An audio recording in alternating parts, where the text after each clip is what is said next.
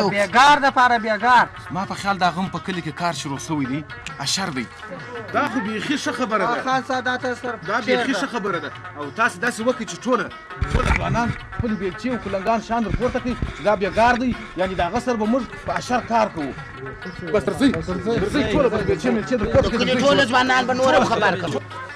دا خو نن پر ده ده سبا بیا پر ما ده سبا به بیا زه دغه ورځ کوم د خیر بس راځئ ټوله بس نور ځوانان نن د کلي خبر کوي راځئ چې اشر راځئ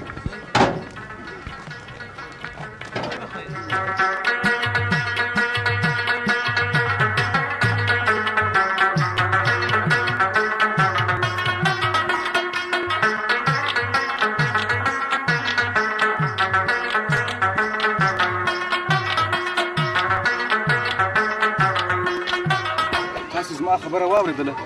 دغه غم چې دوی په هغه خط کې نشته کړې وه او موږ ته یې راستولي وه چې هغه بیګار دی هغه وخت یې راته نشته کړی وو نو دغه کار چې دا په موږ توس باندې بیا راځي موږ توس به بیا دوی ته خط ورستوو دوی بیا موږ سره کومک کوي داسې نه چې داسې دغه تېره خبره ونه کوي راځئ ټوله راځئ ښه په احترام ښه په قرار راځئ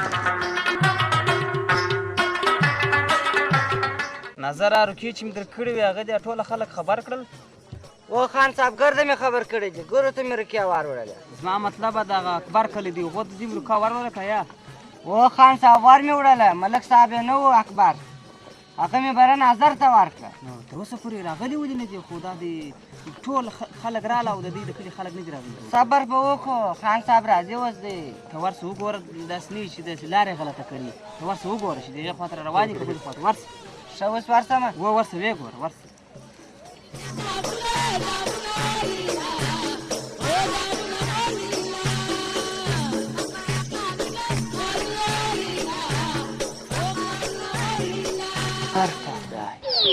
لکه چې دوی په جنګ منګ پسې را روان دي ګورو سوټیانو بیلچې ورڅخه دي خدای دې خیر پېښوي لکه چې پر کلي حمله کوي کشکې زه چس په علاقه او ملک صاحب ته وایم ملک صاحب ملک صاحب دا ګورو سه بیلچې ورڅخه دي کلنګان ورڅخه دي خدای خبر چې پر کلي حمله کوي که به څه کوي دغه د اکبر خان د کلي دي ګرد کلنګان بیلچې هر بس په دنیا یو شی هغه ګرد دوی سره ورسره دي ښه دوی په جنګ را روان دي بس خو نه دغسې وبله موږ دوی ډوډۍ ته راغوښتي او دوی د جنګ دپاره روان دي تر څه چې ویې ګور دا څنګه مستان دي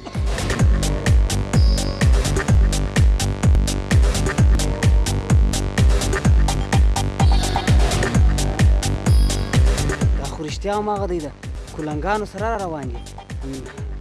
نظره که داسې وکړه د کلي ټول ځوانان خبر کړه ورته راسئ خان په کار یاست ورسئ انجینر نه وخت را ورسېدی ورسه به ژر یې خبر کړه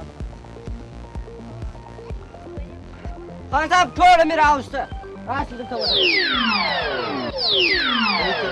وشو چې دوی څنګه په جنګ ځوانانو تاسو ټول اماده یاست ګورئ که دوی مازې یو غلطه خبره وکړله او یا زموږ کلي ته په بې عزته سترګه وکتل بس حمله پر کوئ دې ته یې مه پرېږدئ سمه ده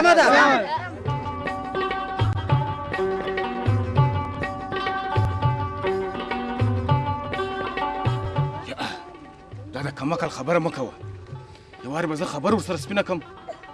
او بیا که چېرې دوی جنګ کوي نو بیا دغه ځای ته مه ګورې چې دا یې سر دی او دا یې پښې دي یو وارې به زه خبر ورسره سپینه کړم هلکه ناظره ورسه دې خلکو ته ووایه چې یو بم د خپله ځای نه شوري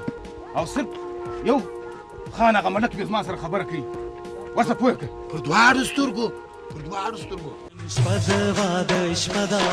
نکریزې دي میله ده سبا دې نشي د خوشحالۍ دا شپه هېڅکله سبا دې نشي د خوشحالۍ دا شپه هېڅکله او خان صاحب پام کو چې انډیوالان دې وارې ونه کړي موږ غواړو چې یوازې زموږ خان ستا سره خبرې وکړي یوازې ستا سره پوهېږې نظره ته ورته چې دا د دوی نظر څه وایي دا مې مه کو او تاسې خپل پر ځای باندې ودرېږئ دا وخته پورې چې ما غږ نه وي کړی یو شور ونه خوري ګوره که د جنګ خبرې نو موږ هم دا به ستا کلي راوستلی دي در چا پاته نه یو که بې سواده یو در چا پاته نه یو موږ هم په کلام ګټلی ده موږ دا ټوله ځوانان دي خو موږ غواړو چې ستاسې د خانه سره زموږ خان خپله شخصي خبرې وکړي یعنې دا نور به یو لا نه ورته راچېرېږي هېڅوک یې واک نه لري. او ورشه خان تو ته رامخته شه. ته چې خپل خان ته رامخته شه.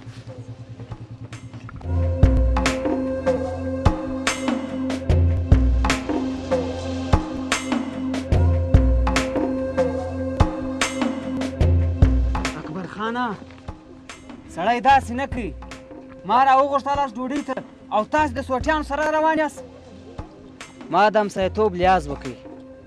نو ځکه مې روکه د نظر په لاس ورکړه چې تا خبر کړي په دې موضوع باندې او ته را روان یې د سوټیانو سره. ګوره خان صاحب موږ خو بې سواده یو او تا چې دا کم خط راستولی و هلته زموږ کلي ته یعنې موږ خو په بې سواده یو په دغه شیانو موږ نه پوهېدلو. هغه یو زموږ د ملا صاحب زوی و هغه راته وویله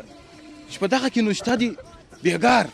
یعنې خان صاحب چې دی د دوی په کلي کې بېګار دی یعنې اشر دی. نو ما په دغه د خپل ځوانان ټوله خبر کړله یو غونډه مې وکړله چې مان راځي د خان صاحب سره کومک وکړو. موږ خو هغه په سواد نه پوهېږو دا خط تا راستولی و اوس زه په دې نه پوهېږم چې تا دغه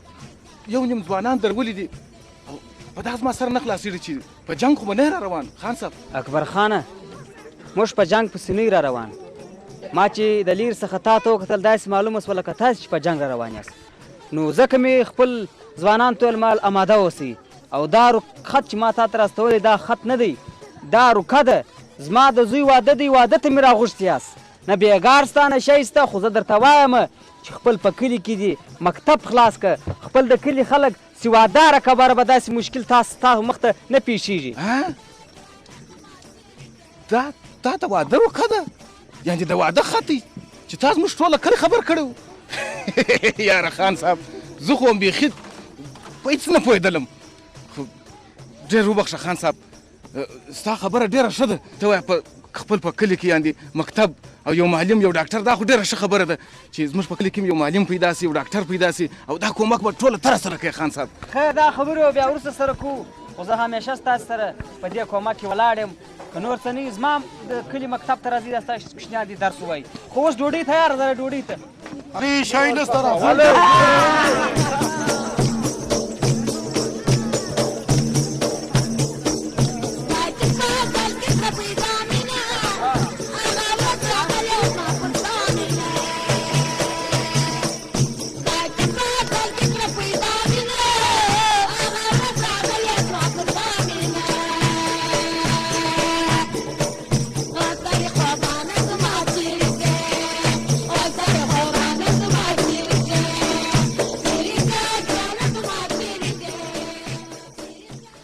اول مې هم درته ویلي وه اوس هم درته وایم که ته نه سې کړی زه به در سره ودرېږم هر ځای ته چې ځې زه در سره ملګری یم خو خپل په کلي کې مکتب خلاص.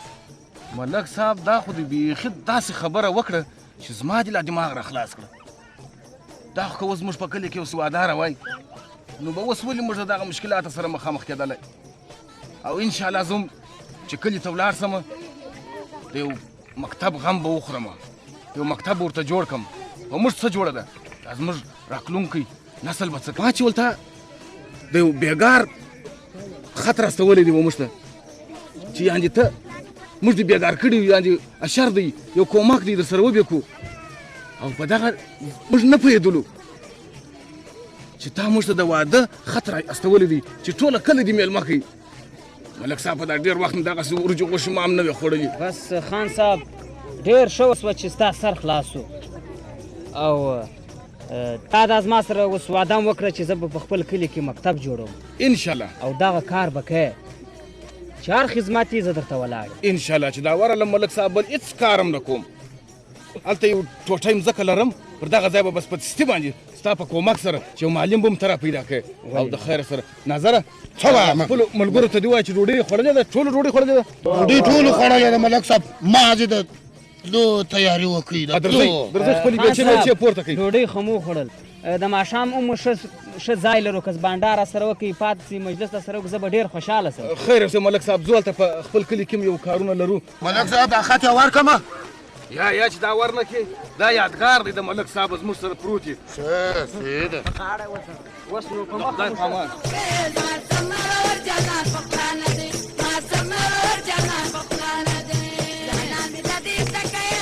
I'm